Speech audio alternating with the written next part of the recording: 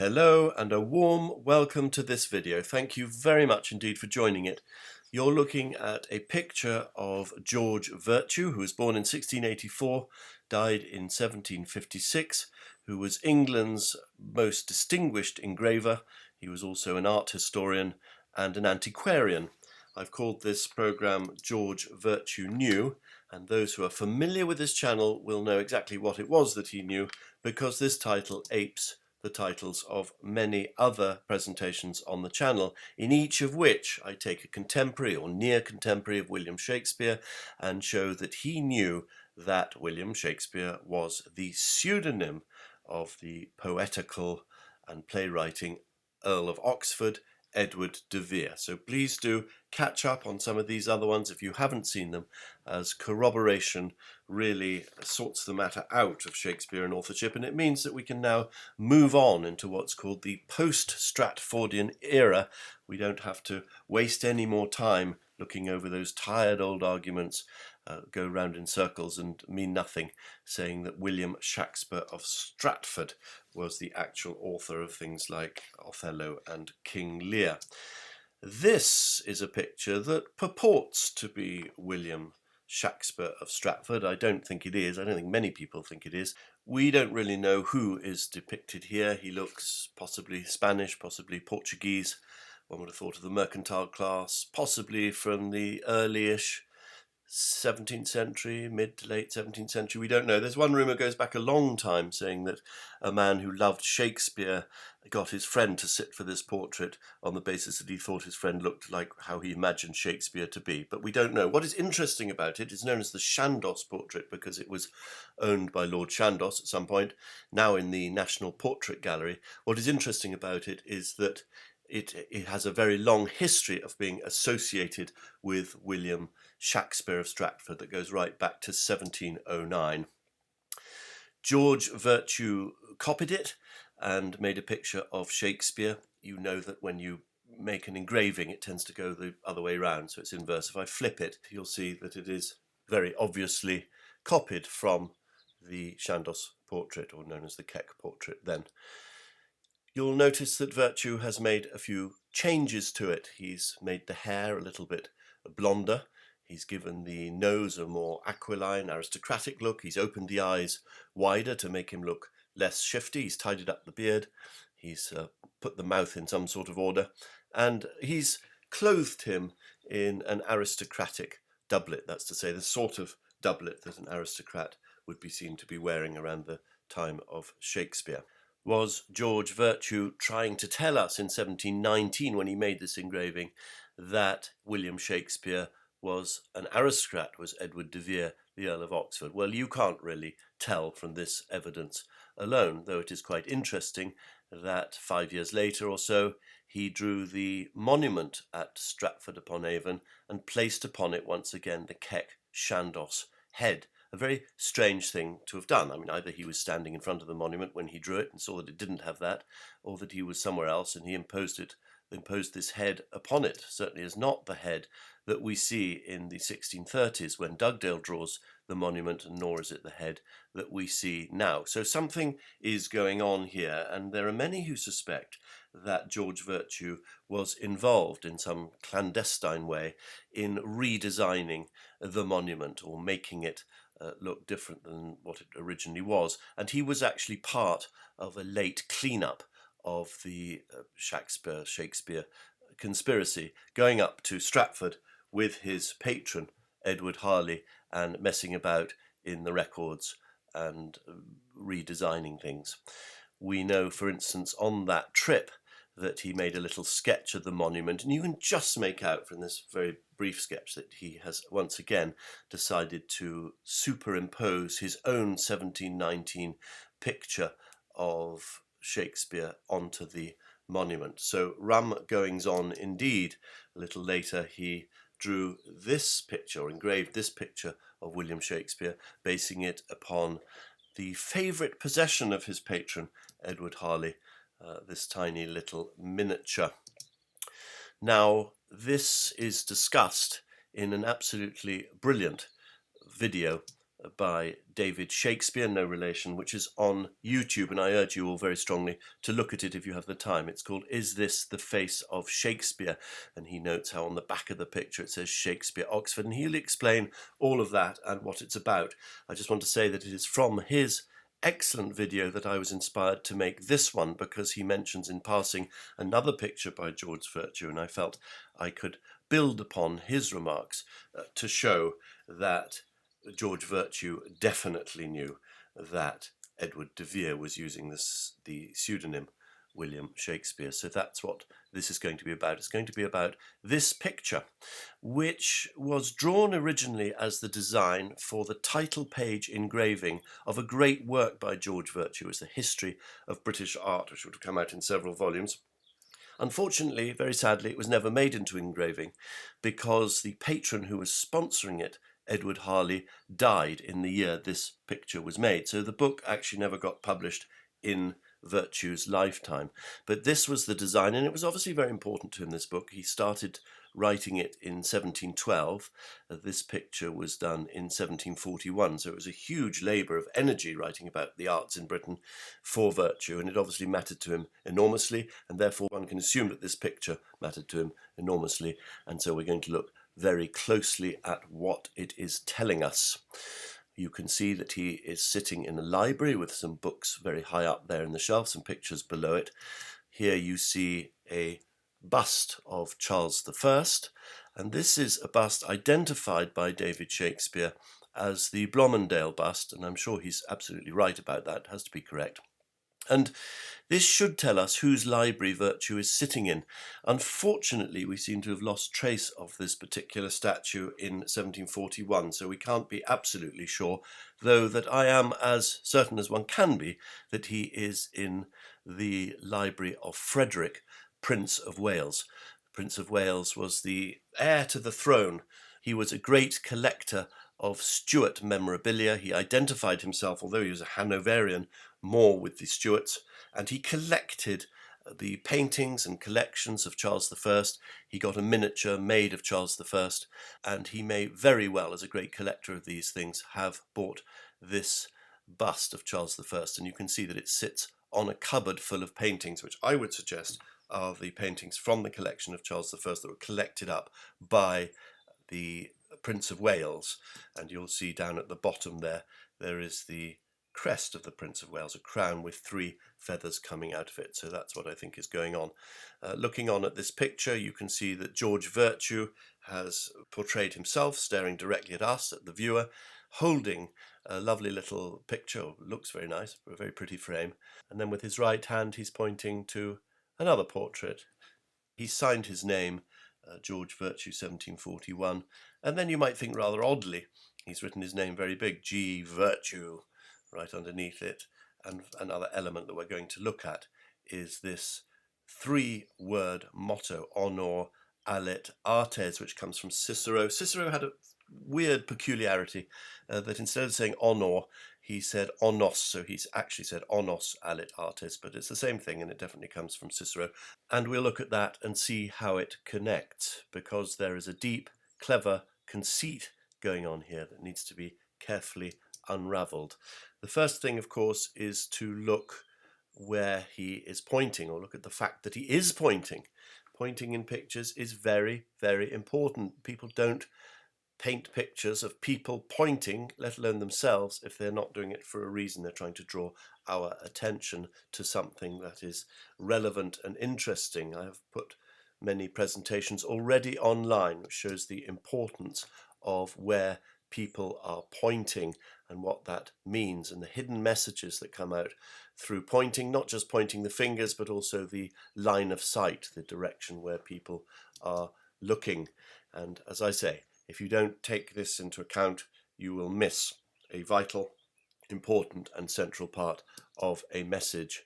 This is the engraved frontispiece to the edition of 1709 of Shakespeare's works, edited by Nicholas Rowe, and the engraving was made by Michael van der Gucht. It's very interesting because George Vertue may well have worked on this engraving himself, because he was an apprentice of Michael van der Gucht when this was made in 1709.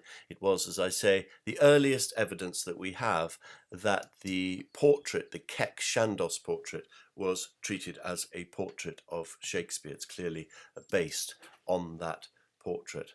Now, there are many interesting things I could say about this engraving. I think I could probably make a whole program on it, particularly the way that portrait is standing on a plinth as though it were a three-dimensional bust, but isn't, and it doesn't seem to have any support. It's very weird, many weird things about it.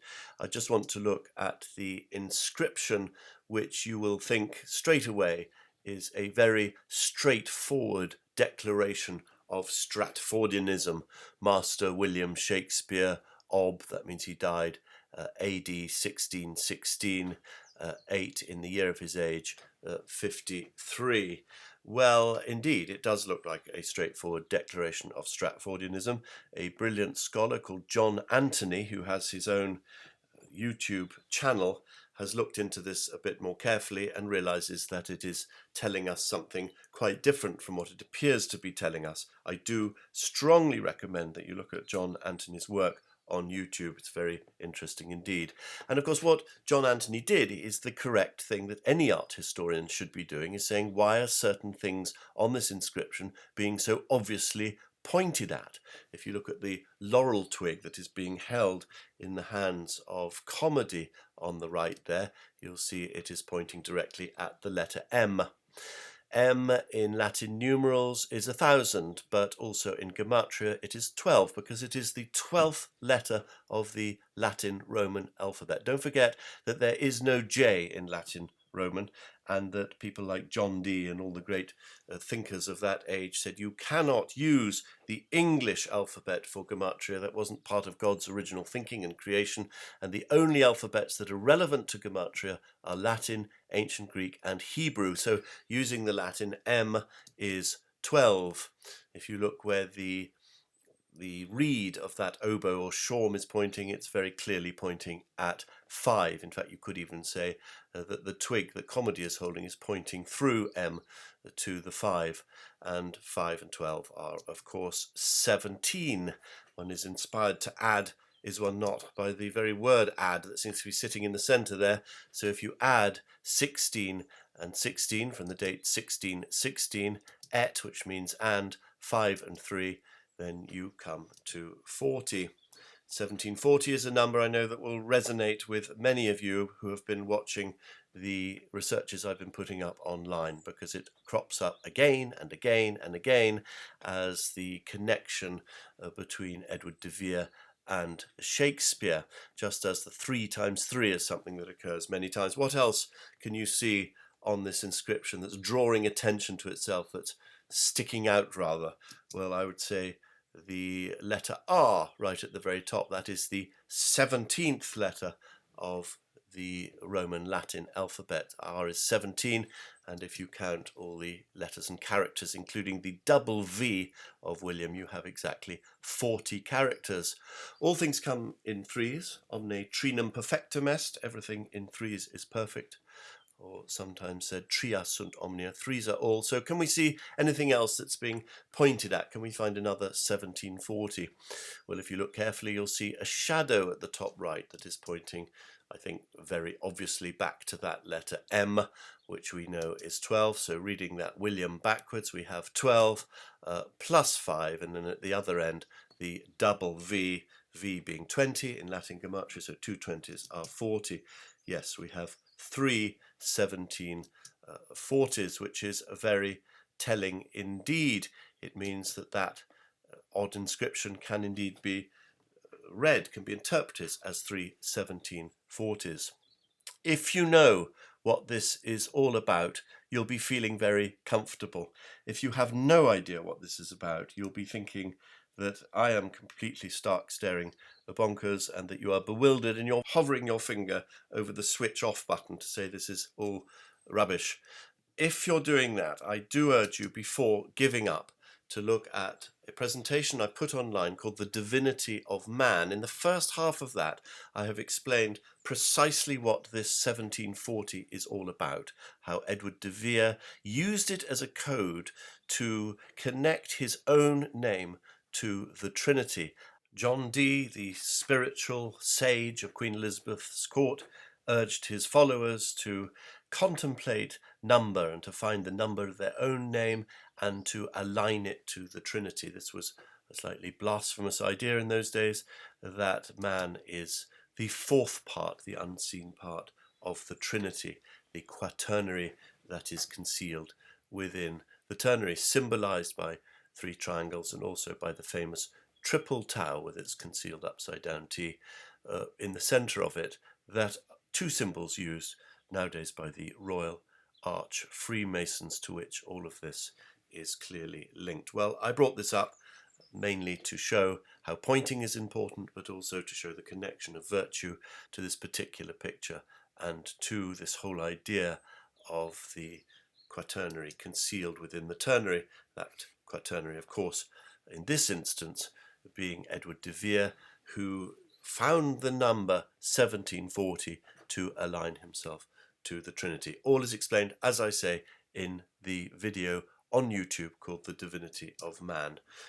So back to this picture, and as we see, the right hand index finger points to the portrait of William Shakespeare, which Vertue made in 1719, while his left hand thumb points to the portrait of his patron, who was Edward Harley. Now, what I intend to do here is to show how this incredible picture of Vertue's not only aligns these two, William Shakespeare and Edward Harley, but also himself, that is George Vertue, and all this is put in the specific context of this extraordinary motto, Honos allet artes, or honor allet artes, honor sustains the arts. So that is what I intend to show you. But just before I do so, I think it is necessary to have a very short look at the figure of Edward Harley, who was the patron of George Vertue. He was a very rich man.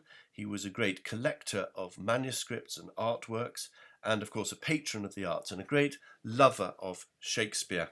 His favourite possession was a little portrait of Shakespeare. He was very interested in his connections to the Vere family, and in 1624 built a magnificent church in Vere Street known as Oxford Chapel, which had the Vere family coat of arms carved on the pediment above the front door. It was, of course, at Vere Street that Charles II, at the Restoration, established by royal patent the Vere Street Theatre for the exclusive performance of Shakespeare plays by the revived King's Men. Very sadly, this theatre was destroyed, was burnt down in 1809. Harley was a close friend of the Freemasons, Lord Burlington and Alexander Pope, who erected the Shakespeare monument over Edward de Vere's grave at Westminster Abbey in 1740. And it was at Westminster Abbey sometime shortly before 1728 that Edward Harley paid to have Risebrough make this amazing monument to Ben Jonson. If you were standing in front of it now, it's in Poets' Corner, you would realise that he is staring directly, as I said, it's very important to look where people are staring, he's staring directly at the Shakespeare monument that was erected over Edward de Vere's grave in 1740. So there's a significance there, just as there is a significance to his buttons being on the wrong side of his coat. He is a turncoat, that is one who alters or changes history. But why I bring it up here is because it has all the classic signs of what I've just been talking about, the Quaternary that is concealed within the Ternary, and thereby shows us that Edward Harley was one of these Freemasons. The Quaternary concealed within the Ternary, how can we see that here? Well, you see straight away the triangle at the top, that represents 3, the 3 buttons I've just talked about on his coat, and at the bottom the 3 masks. You've got your 3 times 3. Where is the Quaternary that is concealed within it? Can you see it? It's actually in plain sight. Perhaps it's only obvious if you are a Latinist, if you're very good at Latin. You see 3 words there. Orare Ben Jonson. Thou art arisen, Ben Jonson. using the second person present passive subjunctive of the verb orior, to arise. Thou art arisen, Ben Jonson, orare, Ben Jonson, and of course that totally ties in with what we're talking about. That hidden fourth part is man himself, who connects to the Trinity, the Godhead Trinity. So a brilliant example of that, and I think very strong evidence indeed that Edward Harley was part of this sect, shall we call it. Okay, let us proceed now to the task in hand, which is to unlock this extraordinary self-portrait of George Vertue using the 3x3 Masonic key to show how he knew that William Shakespeare was indeed the pseudonym being used by the Earl of Oxford, the 17th Earl of Oxford. So as we have seen, and there is no dispute about this, he is showing his high respect, esteem and reverence to William Shakespeare and to his patron Edward Harley. He is in effect honouring them. I'm using honour from the Oxford English Dictionary. High respect, esteem or reverence accorded to exalted worth or rank, deferential admiration or approbation, as felt or entertained in the mind of some person or thing. So I think there is no controversy about that, any more than there is any controversy about the simple fact that Edward Harley was the patron of George Vertue. And in that sense, he is showing honour to Vertue, so it works both ways round. We know also that Edward Harley had great esteem for William Shakespeare, very interested in him, and as I said, his favourite possession is said to be a little portrait of him. So you might think that is part of what is going on in the picture with Vertue, this alignment of the two of them. But clearly there is something more than just the fact that Edward Harley liked Shakespeare and so does George Vertue. And we might ask, in fact, what is a picture of Shakespeare doing at all on this frontispiece? Remember, this is a book about the history of British art. Why drag Shakespeare into it? Well, clearly there is more of a connection between Harley and Edward de Vere, and if you're an Oxfordian, you know exactly what that connection is.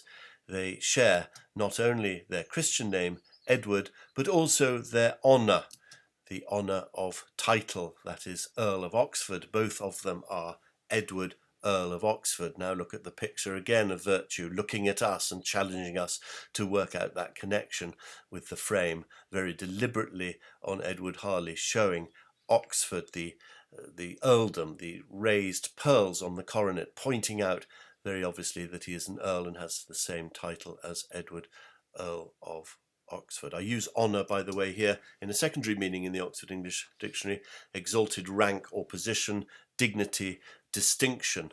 So that is how Edward, Earl of Oxford, Harley connects his name. He shares the honour with Edward, Earl of Oxford. So this brings up a very interesting point, that Vertue appears to be playing with names in the picture.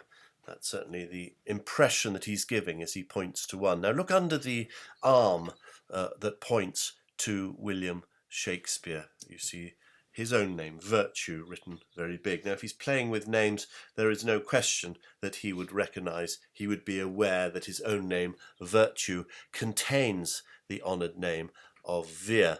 In fact, if you take the two syllables, Vertue, and you turn them round, actually you can get a perfect Latin anagram, tu Vere, which means you, Vere, truly you, or really you. Isn't that exactly what someone might be saying if they're pointing at a picture of Shakespeare and they happen to know that his real name was Vere? Might you not be saying you, Vere, truly you, especially if you happen to be also at the same time holding up a picture of someone called Edward, Earl of Oxford, and aligning it to that picture of Shakespeare? Certainly Edward de Vere, the 17th Earl of Oxford, was aware of the connection of his name, Vere, to the word Vertue. There can be no doubt about that. In fact, many people writing of him and to him, such as Anthony Mundy, John Southan, and Thomas Twine, all openly connected the name Vere to the word virtue.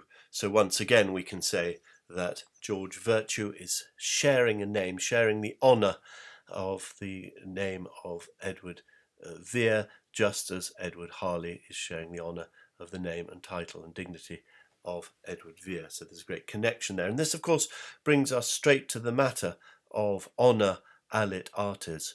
Honour sustains the arts. This is the motto, the Ciceronian motto that is put there. You notice straight away that it consists of 3 words, and just above it we have the 3 spikes on the crown, and then the 3 feathers. 3 times 3 is what we're looking at again and again, the way of unlocking these Masonic mysteries. How does each of these 3 people connect to the motto honor alit artes? Well, if we're talking about honour as exalted rank or position, dignity, distinction, then that applies to Edward Harley, Earl of Oxford, and he nourishes the arts by very simply being the patron of this book, which is a book of the history of British art. That's very simple. If we look at Vertue's connection to honor alit artes, I think we can play a little game with Vertue. We've already played one game with it, showing that he contains the name of Vere, but also, of course, the word virtue. The praise of virtue is honour, as the old saying goes. And if we want to play around with that little phrase as a joke, then obviously the praise of George Vertue, or George Vertue's praise, if you like, of the arts, which is what all of this book is about. It is his history of the British arts, is honour. That connects him again to honour alit artes. How then are we going to connect William Shakespeare, or Edward Earl of Oxford if you like, to the phrase honor alit artes? Why does George Vertue associate Shakespeare with the motto honor alit artes? Indeed, one might ask, why did Anthony Munday, as long ago as 1580, associate the motto honor alit artes with the Honourable Earl of Oxford, to whom he dedicated Zerlauto? To answer this, we need to go back to the original Latin source, which, as I say, was Cicero, a work called Tusculan Disputations, in which he uses this phrase, honors alit artes, that the honour sustains the arts. What is he talking about in this passage? What is the context of it? Well, he sets off by complaining about the Romans and their disrespect for artists, in particular poets, playwrights, musicians and painters, and he runs a great whine about all this. He says, for centuries poets were not held in respect by the Romans. It took 510 years from the founding of Rome for dramatists such as Livius Andronicus to be honoured, he writes. When the Roman consul Marcus Nobilior took poets, including the playwright Ennius, with him to the provinces, he was derided for it.